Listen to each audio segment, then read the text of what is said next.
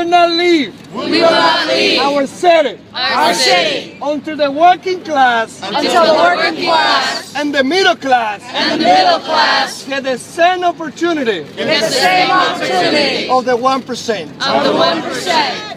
We are here. We are here For justice. for justice. But first, First, we will start it. With the invocation. Of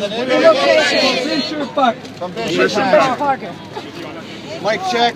Mic check. Mic check. Mic check. Even though you may not be a believer, You may not be a believer. I call on the great God beyond us to watch over these proceedings.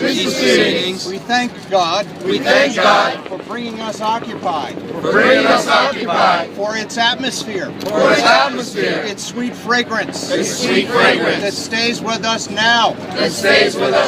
That fragrance is interrupted and distracted from our senses with the stain and the stink of the kind of injustice that is implied and applied to Cecily.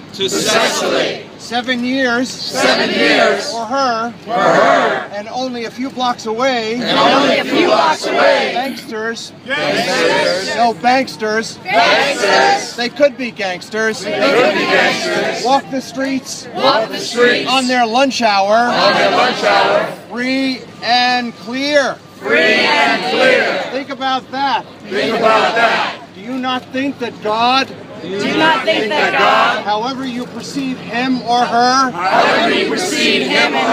or its essence, finds that awful, and repugnant, the God of prophets, the God of justice, the God of compassion and mercy, it's those values, that cover us like an umbrella, and we ask that Judge Zweibel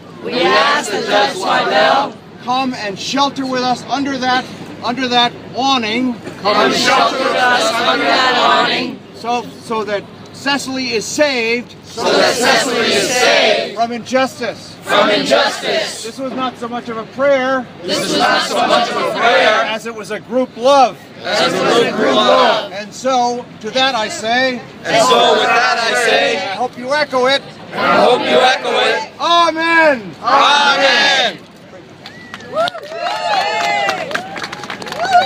So now I would like to let everyone know that as elected official, I was accused of assaulting when I was arrested that day when the police department cleaned Zuccotti Park.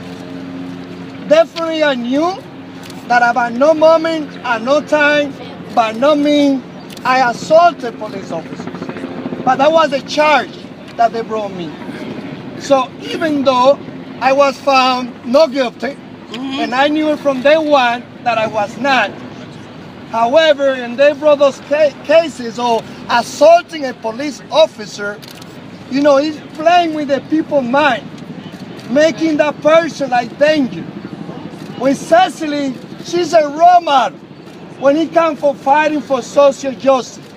Someone that they want to look at her and sending the message to the whole fighting for social justice, that if you join a protest, if you defend your rights, you will be charged of assaulting a police officer. And we are here to say we want justice. And we are here to say Cecily should be allowed to do her time on community services.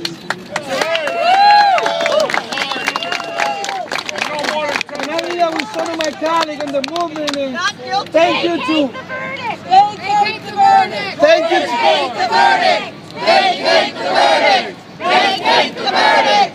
Vacate the verdict. Vacate the verdict. Vacate the verdict. Vacate the verdict. Vacate the verdict. So now let's hear from Yera, who will read a letter from the lawyer when it can related to the case of Cecily. Thank you. Thank you. Thank you, everybody, for coming out today on behalf of Cecily and the entire team that's been working hard to bring her justice.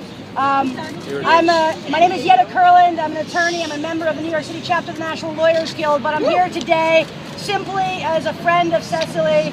Cecily was a warm, compassionate person, and I think actually it wasn't the attorneys who wrote this letter, but it was the juries themselves who wrote this letter asking for lenience. And what we're here today to talk about is lenience for Cecily. We all feel horrible about the decision. We all know the interconnectedness with Cecily's situation and others who have to deal with the criminal justice system. I just want to read quickly out loud the letter that was signed by 9 of the jurors in Cecily's trial asking for lenience from the judge. Dear Judge Weibel, we the jury petition the court for leniency in the sentencing of Cecily MacMillan. We would ask the court to consider probation with community service. We feel that the felony mark on Cecily's record is punishment enough for this case, and that it serves no purpose to Cecily or to society to incarcerate her for any more amount of time. We also ask that you factor in the deliberation process that this request is coming from 9 of the 12 members of the jury. Thank you in advance for your consideration, and thanks to all of you who have written letters to Cecily and to the judge asking for lenience. Thank you so much. Thank you. Thank you. Vacate the verdict! Vacate the verdict!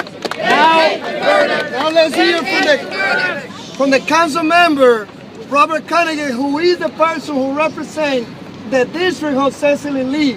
And he was one of the first person who say, I want to write a letter. So he's someone that Cecily can be very proud, because the type of council member that Robert is a socio-justified. And now let's hear from my colleague, Robert Cornegy. Good afternoon. Good afternoon. So as I stand here today thinking how hot it is, as somebody who's worked on Rikers Island knows that Cecily is in 100-degree temperature right now. She's in a place where we lost somebody very short time ago who died on Rikers Island from inhumane treatments. So I'd like a moment of silence for the person who lost their life on Rikers Island, but a moment of silence for Cecily, who sits suffering in a hot cell right now while we're here on these hot steps. Just one moment of silence, please.